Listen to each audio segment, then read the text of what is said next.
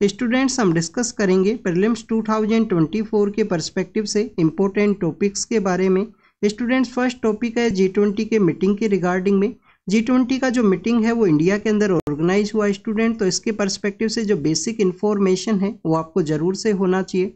आप देखिए कि G20 के रिगार्डिंग में मल्टीपल टाइम्स यूपीएससी के द्वारा जो क्वेश्चन है उनको पूछा गया है, और इस साल आप देखिए कि जो मीटिंग है वो इंडिया के अंदर ऑर्गेनाइज हुआ, तो इसके पर्सपेक्टिव से आपको डिटेल के अंदर प्रिपेयर करना है। स्टूडेंट्स मीटिंग का जो थीम है वो क्या था, one earth one family one future. आपको जो मीटिंग का जो थीम है वो देखने के लिए मिलेगा। मीटिंग को कहाँ पे ऑर्गेनाइज किया गया, भारत मंडपम नाम का एक बिल्डिंग है जिसके अंदर मीटिंग को ऑर्गेनाइज किया गया। ये भारत मंडपम है वो किससे इंस्पायर होकर डेवलप किया गया स्टूडेंट, 12th सेंचुरी के समय में भास्वना नाम के जो पर्सन हुआ करते थे जिनके द्वारा अनुभव मंडपम है उसको डेवलप किया गया था। तो आप देखिए कि भास्वना का जो अनुभव मंडपम है उससे इंस्पायर होते हुए भारत मंडपम को डेवलप किया गया। स्टूडेंट्स अनुभव मंडपम के पर्सपेक्टिव से अगर हम डिस्कस करें तो आप देखिए कि डेमोक्रेटिक वैल्यूज़ के रिगार्डिंग में, मेडिवल टाइम्स के रिगार्डिंग में आपको एक इंपॉर्टेंट इंस्टीट्यूशन है वो देखने के लिए मिलेगा जिसके अंदर डेमोक्रेटिक वैल्यूज़ है उनको डेवलप किया गया था। आप देखिए कि और भी काफ़ी सारे जो कल्चरल थिंग्स है वो आपको G20 के मीटिंग के दौरान में देखने के लिए मिलेंगे, जैसे कि जो कल्चरल थिंग्स के ही पर्सपेक्टिव से पाणिनि का जो अष्टाध्यायी नाम का बुक है उसको भी वहाँ पे रखा गया था स्टूडेंट। तो पाणिनि का जो अष्टाध्यायी बुक है उसके पर्सपेक्टिव से आपको इन्फॉर्मेशन होना चाहिए। आप देखिए कि पाणिनि का जो अष्टाध्यायी बुक है वो संस्कृत का जो ग्रामर है उसके पर्सपेक्टिव से है, और संस्कृत एक क्लासिकल लैंग्वेज है। क्लासिकल जो हमारे यहाँ पे 6 लैंग्वेज है उनके बारे में भी पता होना चाहिए। स्टूडेंट्स अगर हम डिस्कस करें पाणिनि का जो अष्टाध्यायी बुक है उसी के रिगार्डिंग में, तो आप देखिए कि उसके अंदर एक कोइनेज सिस्टम है उसके बारे में भी मेंशन किया गया है। उस कोइनेज सिस्टम का जो यूज है वो आपको गंधार का जो एरिया हुआ करता था उस एरिया के अंदर में आपको उस कोइनेज सिस्टम का जो यूज है वो देखने के लिए मिलेगा। तो स्टूडेंट्स ये कल्चरल थिंग्स के रिगार्डिंग में है। इसी के पर्सपेक्टिव से आपको पता होना चाहिए कि नालंदा का जो यूनिवर्सिटी है उसको भी वहाँ पे शो किया गया है। इंडिया के जो डिफरेंट टेम्पल आर्किटेक्चर्स हैं उनको भी उस G20 की मीटिंग के दौरान में शो किया गया। तो उन सभी को आपको डिटेल के अंदर प्रिपेयर करना है। इसके अलावा आप देखिए कि मीटिंग के आउटकम्स के पर्सपेक्टिव से अगर हम डिस्कस करें तो मीटिंग के ही दौरान में अफ्रीकन यूनियन को एज ए मेंबर के रूप से ऐड किया गया G20 के मीटिंग के दौरान में। अफ्रीकन यूनियन का जो बेसिक इन्फॉर्मेशन है उसको आपको रीड करना है, कब इसको सेटअप किया गया, कहाँ पे इसका हेडक्वार्टर है स्टूडेंट्स, एडिस अबाबा के अंदर इसका जो हेडक्वार्टर है वो आपको देखने के लिए मिलेगा। इथोपिया के अंदर वो सिचुएटेड है। अर्लियर फेज के अंदर इसका जो नेम है वो क्या हुआ करता था, इन सभी को आपको रीड करना है। और आप देखिए कि अफ्रीकन कॉन्टिनेंट की क्या सभी कंट्रीज यहाँ पे अफ्रीकन यूनियन का पार्ट है, इसको भी आपको पता होना चाहिए। अफ्रीकन यूनियन एक यूपीएससी का फेवरेट टॉपिक है। वहाँ से जो लेक्स हैं, जो रिवर्स हैं, लेक्स एंड रिवर्स के अलावा आप देखिए कि काफ़ी सारे जो कंट्रीज हैं वो कन्फ्लिक्ट की वजह से भी आपको न्यूज़ के अंदर देखने के लिए मिलेंगे। तो उन सभी कंट्रीज़ के रिगार्डिंग में यूपीएससी के द्वारा रेगुलर बेसिस पे जो क्वेश्चंस है वो पूछे जाते हैं। काफ़ी बार तो मिनरल्स के पर्सपेक्टिव से भी क्वेश्चंस पूछे गए हैं यूपीएससी के द्वारा। स्पेशली 2023 का जो प्रीलिम्स का पेपर है उसके अंदर में आप देखिए कि अफ्रीकन कंट्रीज़ के अंदर में जहाँ पे मिनरल्स पाए जाते हैं उनके रिगार्डिंग में क्वेश्चन है वो पूछ लिया गया। तो अफ्रीका को आपको काफ़ी डिटेल के अंदर प्रिपेयर करना है, और आपको इस तरीके से भी रीड करना है कि अफ्रीकन कॉन्टिनेंट के जो सभी कंट्रीज़ हैं वो अफ्रीकन यूनियन का जो पार्ट हैं या नहीं है, इसके पर्सपेक्टिव से आपको रीड करना है।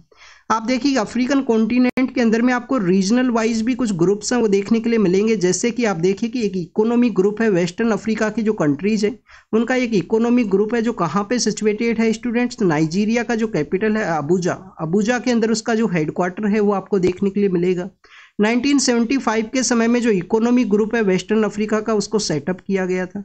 तो इस तरीके से जो रीजनल ग्रुप्स हैं, जैसे कि सदर्न पार्ट के अंदर भी एक आपको ग्रुप देखने के लिए मिलेगा, उनका जो हेडक्वार्टर है, कब उसको सेटअप किया गया, उन सभी के बारे में आपको जानकारी होना चाहिए। स्टूडेंट्स अगर हम डिस्कस करें G20 के रिगार्डिंग में तो आप देखिए कि एशियन जो फाइनेंशियल क्राइसिस है उसके बाद में इसको सेटअप किया गया एज ए फोरम के रूप से। इसका जो कोई परमानेंट हेडक्वार्टर है वो नहीं है, फोरम के रूप से इसको सेटअप किया गया है।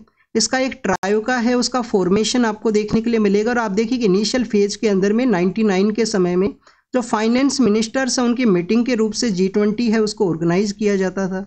2008 के समय में जो पॉलिटिकल लीडर्स हैं उनका मीटिंग आपको देखने के लिए मिलेगा। और स्टूडेंट्स उसके बाद में कंटिन्यूस यहाँ पे पॉलिटिकल लीडर्स के द्वारा इस मीटिंग को अटेंड किया जाता है।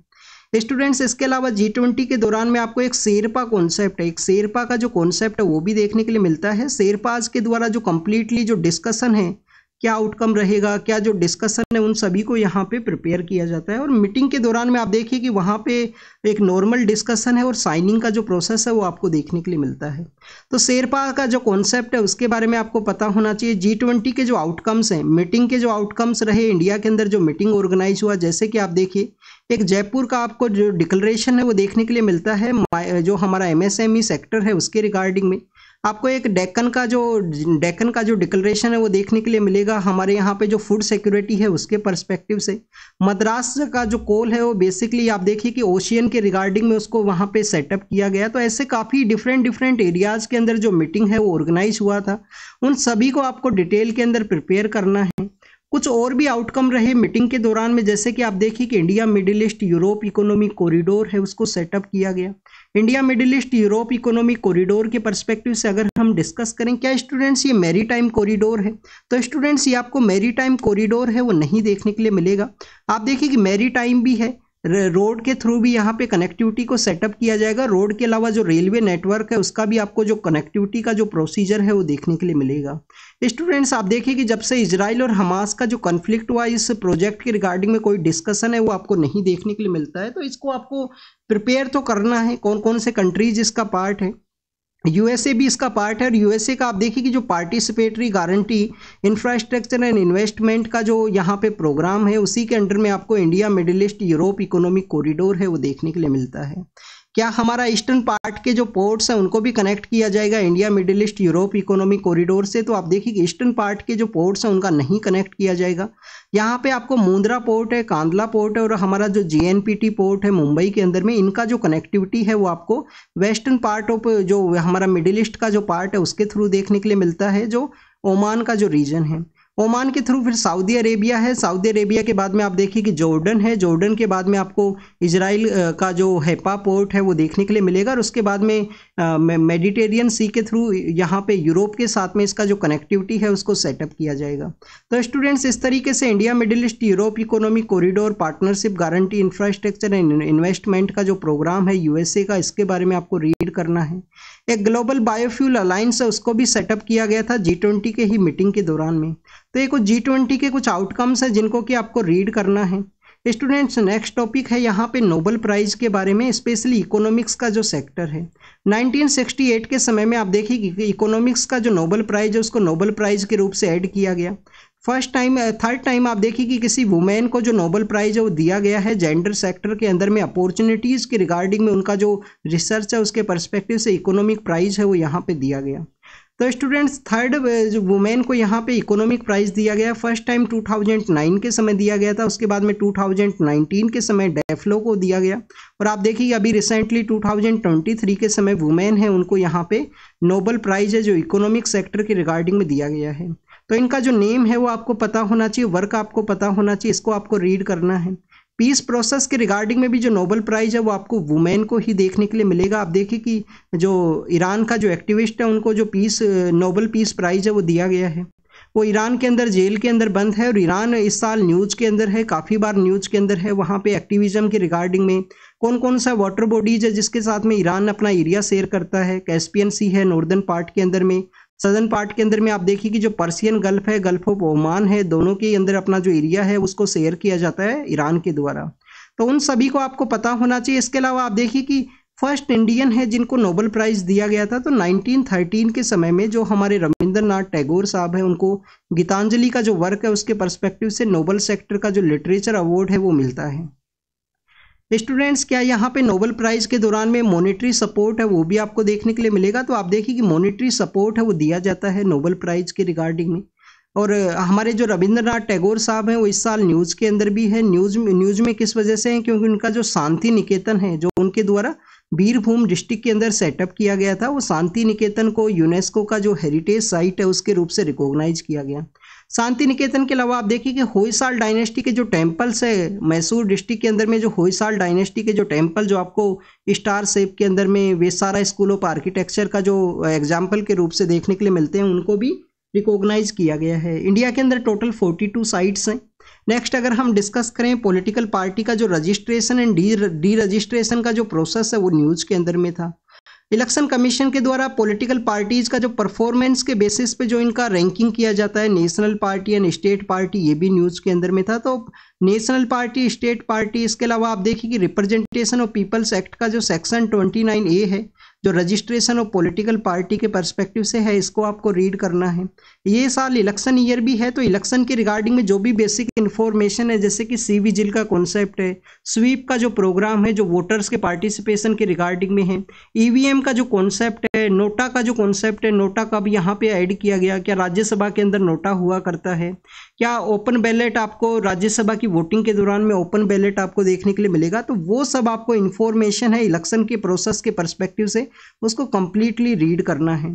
स्टूडेंट्स, इलेक्शन कमिश्नर्स का जो अपॉइंटमेंट है, इलेक्शन कमिश्नर्स का जो अपॉइंटमेंट है उसके रिगार्डिंग में आप देखिए कि गवर्नमेंट के द्वारा एक बिल लाया गया था सुप्रीम कोर्ट के जजमेंट के बाद में, अनूप बरनवाल जो केस है उसके बाद में, उसका जजमेंट के बाद में गवर्नमेंट के द्वारा बिल लाया गया। गवर्नमेंट के अंदर में सीजीआई को वहां से रिमूव करते हुए पीएम है, पीएम के अलावा एक जो मिनिस्टर जिनको नॉमिनेट किया जाएगा, और लीडर ऑफ अपोजिशन लोकसभा से, अगर लीडर ऑफ अपोजिशन नहीं है तो लार्जेस्ट पार्टी के जो लीडर हैं उन 3 पर्सन्स के द्वारा जो हमारे इलेक्शन कमिश्नर ऑफ इंडिया हैं, इलेक्शन कमिश्नर्स हैं, उनको यहाँ पे अपॉइंट किया जाएगा। तो उसके बारे में भी आपको रीड करना है। इलेक्शन कमीशन काफ़ी बार न्यूज़ के अंदर में था। 70C फॉर्म क्या है, 17 जो C फॉर्म है वो क्या है, क्या यहाँ पे हर एक बूथ के रिगार्डिंग में वो फॉर्म आपको देखने के लिए मिलेगा। तो ये काफ़ी कुछ टॉपिक्स हैं वो न्यूज़ के अंदर हैं। इन सभी को आप जब डिटेल के अंदर जब प्रिपेयर करोगे तो आपका जो यहाँ पे जो चांसेज है वो इंक्रीज होते हैं एग्जाम के अंदर परफॉर्मेंस के परस्पेक्टिव से। साइमल्टेनियस इलेक्शन के रिगार्डिंग में हमारे जो फॉर्मर जो प्रेसिडेंट है रामनाथ कोविंद सर, उनका लीडरशिप के अंदर एक कमेटी है उसको कॉन्स्टिट्यूट किया गया। उनके पैनल के द्वारा एग्जामिन भी किया गया है साइमल्टेनियस इलेक्शन का जो पॉसिबिलिटीज है उनके रिगार्डिंग में। तो साइमल्टेनियस इलेक्शन के रिगार्डिंग में किन किन आर्टिकल्स के अंदर में अमेंडमेंट होएगा, किस किन आर्टिकल्स के अंदर अमेंडमेंट हो सकता है। इसके अलावा आप देखिए कि यहाँ पे जो डीलिमिटेशन कमीशन है आर्टिकल 82 के अंदर में वो सेंसस के बाद में आप देखिए उसको कंडक्ट करवाया जाएगा। तो सेंसस भी न्यूज़ के अंदर में है। फर्स्ट टाइम सेंसस इंडिया के अंदर कब कंडक्ट हुआ था, फर्स्ट टाइम जो सेंसस है वो आपको 1871 के समय देखने के लिए मिलेगा, बट सिंक्रोनाइज सेंसस है वो 1881 के अंदर कंडक्ट हुआ। फर्स्ट जो सेंसस कमिश्नर है उनके बारे में हमने काफ़ी बार डिस्कस किया है।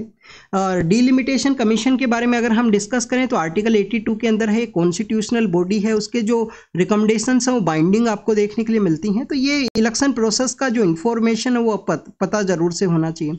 फ्री मूवमेंट रिजाइम आप देखिए कि मणिपुर के अंदर जो वायलेंस हुआ, उसके दौरान में फ्री मूवमेंट रिजाइम का जो रोल है वो देखने के लिए मिलेगा कि कुछ एरिया के रिगार्डिंग में कुछ एरिया है वो डिसाइड किया गया कि नॉर्थ ईस्ट के जो स्टेट्स हैं उनका जो कुछ ना कुछ रिलेशन है, चाहे वो फैमिली रिलेशन हो, चाहे जिस भी तरीके से जो रिलेशंस है वो आपको बॉर्डर के एक दूसरे एरिया के अंदर देखने के लिए मिलता है। तो फ्री मूवमेंट रिजाइम आपको एक एक्टिस्ट पॉलिसी का एक पार्ट है। वीजा फ्री जो मूवमेंट है उसको अलाउ किया गया था, अभी इसको क्लोज करने के पर्सपेक्टिव से ये आपको न्यूज़ के अंदर है कि मणिपुर के वायलेंस के अंदर उनका रोल है। तो फ्री मूवमेंट रिजाइम के बारे में आपको रीड करना है। 2018 के समय में कितना किलोमीटर उनको अलाउ किया गया, इसको आपको रीड करना है।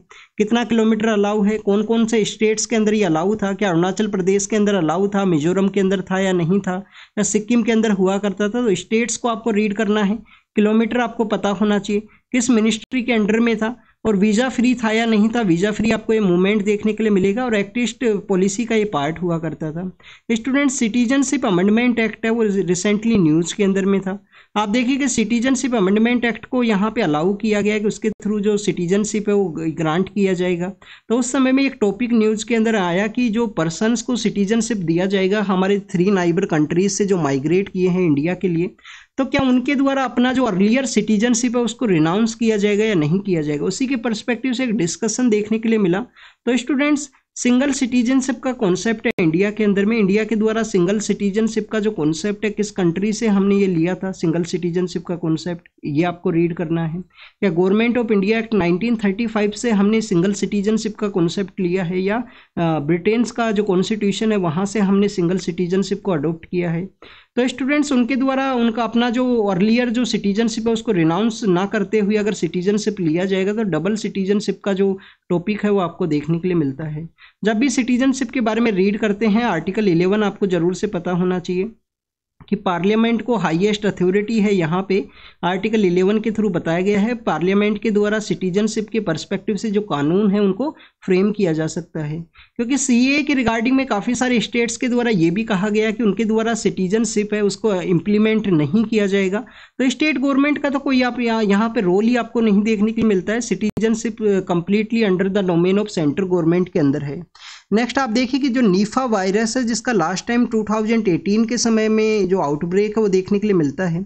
इस साल भी आप देखिए कि सितंबर के मंथ के समय में केरल का जो कोझिकोड का जो एरिया है, कोझिकोड के एरिया के अंदर में इसके कुछ केसेज हैं वो सामने आए थे, इस वजह से टॉपिक न्यूज़ के अंदर में था। तो ये जो बेसिकली किस वजह से हुआ करता है, क्या इसका वैक्सीन अवेलेबल है या नहीं है, इस तरीके के जो टॉपिक्स हैं उनको आपको रीड करना है। इसके क्या सिम्टम्स हुआ करते हैं, क्या इम्प्लीकेशन है, क्या मोर्टिलिटी जो या इसमें जो डेथ है वो देखने के लिए मिलेगा या नहीं मिलेगा, तो इस तरीके से आपको इसको रीड करना है। आईसीसी एंड आईसीजे है वो टॉपिक्स न्यूज़ के अंदर में है। आईसीजी इंटरनेशनल क्रिमिनल कोर्ट है जिसको कि रोम स्टैट्यूट के थ्रू सेटअप किया गया। इंटरनेशनल कोर्ट ऑफ जस्टिस है। आप देखिए कि इंटरनेशनल आईसीजे है उसका जो यहाँ पे ज्यूरिसडिक्शन है, जो जजमेंट है वो बाइंडिंग आपको देखने के लिए मिलेगा, बट एडवाइजरी अगर उनके द्वारा ज्यूरिसडिक्शन दिया गया है तो बाइंडिंग आपको नहीं देखने के लिए मिलता है। रोम स्टैट्यूट के थ्रू इनको सेटअप किया गया है। ओनली जो यूएन के जो 6 प्रिंसिपल ऑर्गेनाइजेशन है, 6 जो मेन ऑर्गेनाइजेशन है, जिसमें एकमात्र ऐसा ऑर्गेनाइजेशन है जो आउटसाइड द न्यूयॉर्क सेटअप है।